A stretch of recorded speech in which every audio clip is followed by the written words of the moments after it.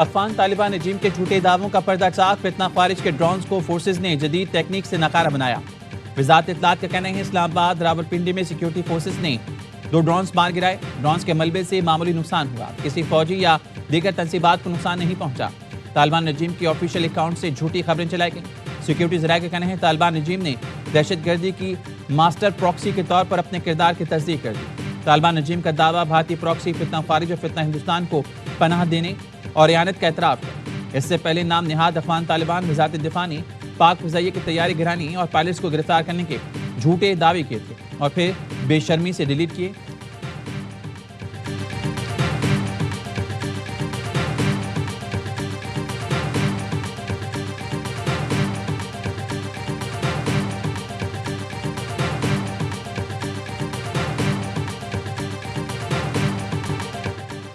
امریکہ کا ایرانی رہنماؤں سے متعلق معلومات پر $1 کروڑ تک انعام کا اعلان۔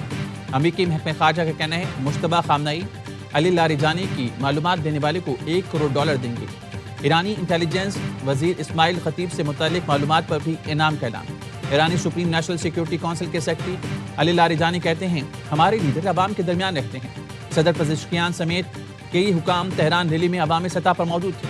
آپ کے رہنما ایپسٹن کے جزیرے پر امریکی وزیر جنگ نے دعویٰ کیا تھا کہ ایرانی قیادت بنکرز میں چلی گئی۔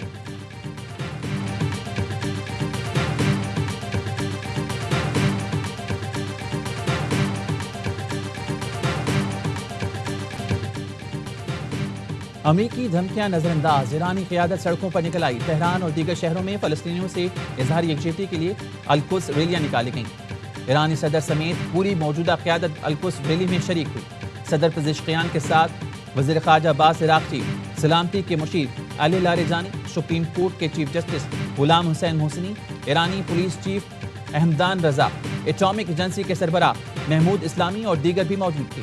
قیادت کو اپنے درمیان دیکھ کر عوام کا جوش بھی بڑھ گیا۔ صدر پزشکیان نے لوگوں سے ہاتھ ملایا، لوگوں نے ان کے ساتھ سیلفی بھی لی۔ تہران میں القدس ریلی کے قریب اسرائیلی حملے بھی ہوئے، لوگ اور قیادت پھر بھی سڑکوں پر موجود رہی۔ اصفہان اور مشہد میں بھی ریلیاں نکالی گئیں۔ ہزاروں افراد نے امریکی اور اسرائیلی حملوں کی مذمت کی، شہید آیت اللہ خامنہئی کو خراج عقیدت پیش کیا۔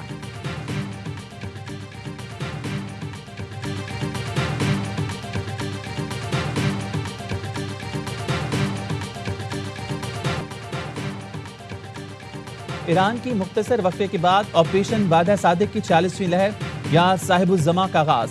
امریکی اسرائیلی اہداف کو نشانہ بنایا گیا۔ پاسداران انقلاب کا کہنا ہے تل ابیب میں 7، تستیون میں 2، شوہام نے 1 مقام کو نشانہ بنایا گیا۔ خطے میں امریکی اڈوں ملک سلطان، وکٹوریا اور بیل پر میزائل داغے گئے۔ امریکی اہلکاروں کے 3 مراکز کو بھی نشانہ بنایا گیا۔ حملوں میں خیبر شکن بلسٹک میزائل، ڈرونز اور بحریے کی معاونت شامل ہے۔ پاسداران انقلاب کا کہنا ہے حزب اللہ بھی اسرائیل کے خلاف کارروائی میں شریک ہے۔ امریکہ اور اسرائیل کے ایران پر حملے، تہران دھماکوں سے لرز اٹھا۔ وزارت داخلہ کی عمارت کے قریب دھماکے سنے گئے۔ قم، اصفہان، شیراز سمیت دیگر شہروں میں بھی حملے، خاتون اور بچی شہید۔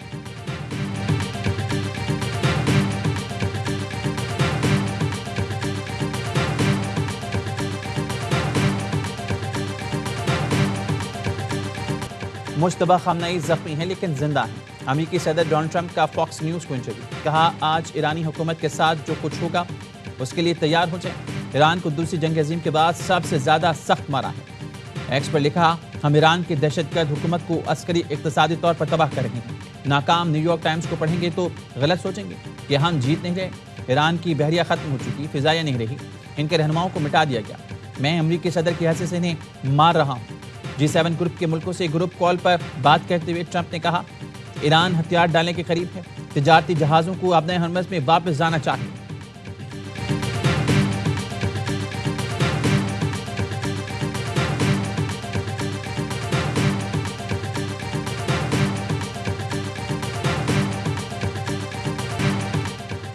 وزیر اعظم شہباز شریف اور فیلڈ مارشل سعید عاصم منیر کی سعودی ولی عہد سے انتہائی اہم ملاقات۔ جاری تصویر میں فیلڈ مارشل عاصم منیر کو کامبیٹ ڈریس میں دیکھا گیا۔ یہ ڈریس فیلڈ یا جنگی حالات کے طور پر زیب تن کیا جاتا ہے۔ عام طور پر بیرون ملک دوروں کے دوران سپہ سالار رسمی لباس زیب تن کرتے ہیں۔ حالیہ ملاقات میں سپہ سالار کا کامبیٹ ڈریس میں ہونا پاکستان کا سعودی عرب کے ساتھ یکجہتی کا اظہار اور اس عزم کا اعادہ ہے کہ پاکستان سعودی عرب کے دفاع کے لیے کوئی کسر نہیں چھوڑے گا۔ وزیر اعظم شہباز شریف کا کہنا تھا پاکستان ہمیشہ سعودی عرب کے ساتھ مضبوطی سے کھڑا رہے گا، امن کے مشترکہ مقصد کے حصول کے لیے ہر ممکن کوشش جاری رکھیں گے۔ وزیراعظم نے آزمائشی حالات میں سعودی عرب سے مکمل یکجہتی کا اظہار کرتے ہوئے بھرپور حمایت کا اعادہ کیا۔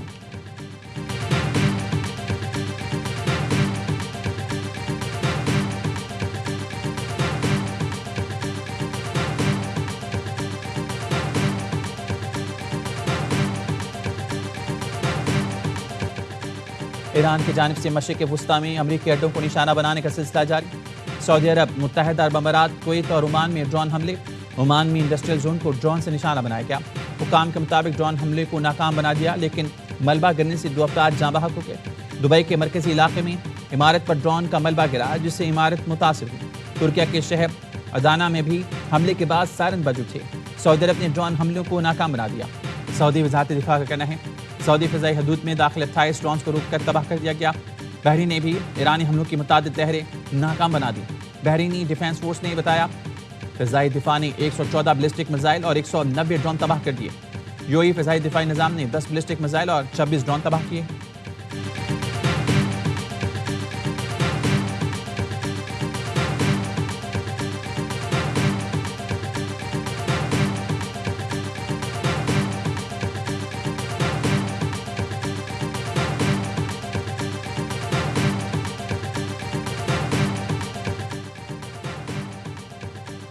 امریکی فوج کا ایپک فیوری کے دوران B-2 اسٹیلتھ بمبار کے ذریعے ایران کے خلاف آپریشن۔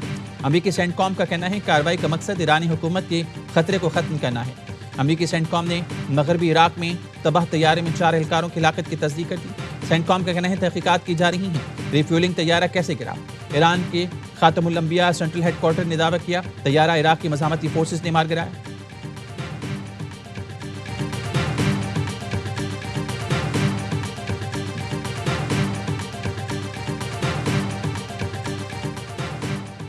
ایران جنگ، امریکہ کا مزید فوج مشرق وسطی بھیجنے کا فیصلہ۔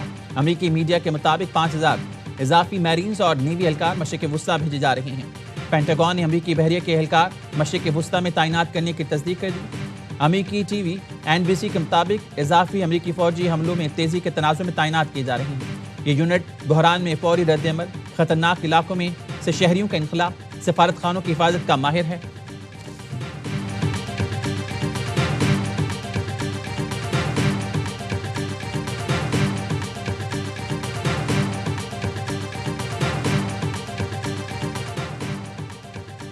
آبنائے ہرمز میں کمرشل شپنگ ٹریفک عملاً ٹھپ ہو گئی۔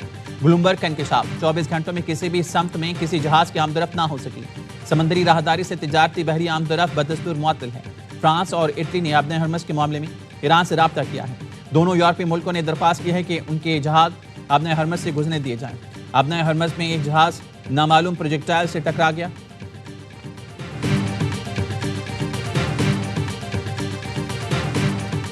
امریکہ اور اسرائیل میں جنگی جہازوں پر بڑے اختلافات۔ اسرائیلی اخبار نے لکھا ٹرمپ نے ایران کے خلاف جنگ شروع کرتے وقت ممکنہ نتائج کا جائزہ نہیں لیا۔ ایران پر امریکہ اور اسرائیل کے حملوں کے بعد دنیا بھر میں تیل مہنگا ہو گیا۔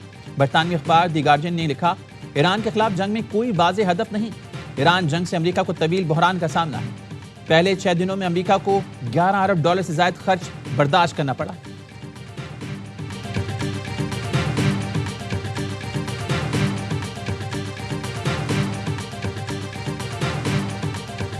امریکی خام تیل WTI کروڈ کی قیمت تقریباً $99 فی بیرل ہو گئی۔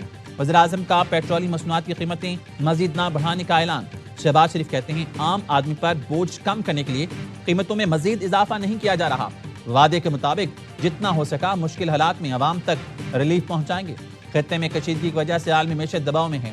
پاکستان کی معیشت پر گہرے اثرات مرتب ہونے کا خدشہ ہے۔ بطور خادم غریب پر بوجھ کم کرنے کے لیے اشرافیہ اور حکومت سے شروعات کا عزم کیا۔ بچت اقدامات میں صوبائی حکومتیں بھی وفاقی حکومت کا ساتھ دے رہی ہیں، جو خوش آئند ہے۔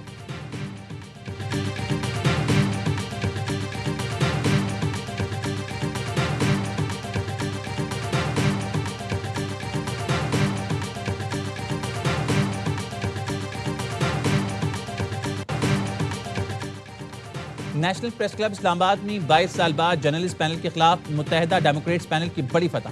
صدر کی نشست پر سب سے بڑا اپسیٹ، ڈیموکریٹس پینل کے عبدالرزاق سیال صدر منتخب ہو گئے۔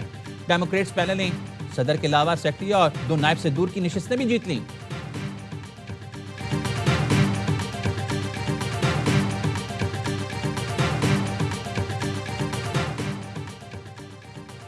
لکی مروت ٹرائبل سب ڈویژن میں پولیس کی گاڑی پر IED دھماکہ، SHO سمیت 7 پولیس اہلکار شہید ہو گئے۔ وزیر اعظم اور وزیر داخلہ کی دھماکے کی مذمت۔ شہباز شریف نے کہا پولیس اہلکاروں اور فورسز کی قربانیاں ہرگز رائے گاہ نہیں جانے دیں گے، ملک سے دہشت گردی کے مکمل خاتمے کے لیے پرعزم ہیں۔ محسن نقوی کا کہنا تھا بہادر پولیس اہلکاروں نے اپنا آج قوم کے پرامن کل کے لیے قربان کیا۔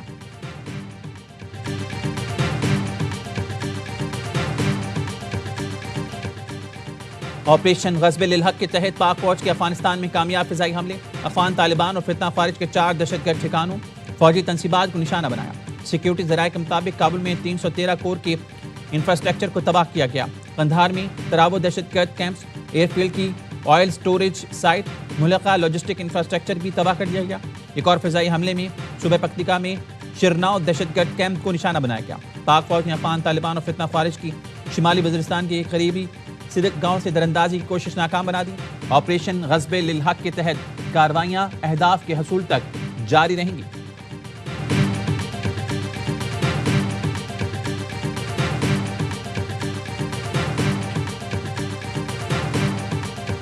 میں سید محمد نہال ہاشمی صدق دل سے حلف اٹھاتا ہوں کہ میں خلوص نیت سے پاکستان کا حامی و وفادار رہوں گا۔ مسلم لیگ نون کے رہنما نہال ہاشمی نے گورنر سندھ کے عہدے کا حلف اٹھا لیا۔ حلف برداری کے بعد مزار قید پر حاضر، میڈیا سے گفتگو میں کہا مجھے کراچی سے اوباڑوں تک خوشحالی دیکھنی ہے، مریم نواز کے نقش قدم پر چلوں گا۔ جو کہتے ہیں کارکنوں کو مقام نہیں ملتا وہ آج دیکھ لیں۔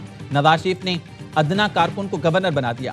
گورنر سندھ نے عہدہ سنبھالنے کے بعد پہلا افطار عیدی سینٹر میں کیا۔ IT کورس جاری رکھنے کا اعلان، کہا پرائم منسٹر یوتھ پروگرام جاری رہے گا۔ نواز شریف نے ہمیشہ کراچی والوں کے لیے اقدامات کیے، آئندہ بھی کریں گے۔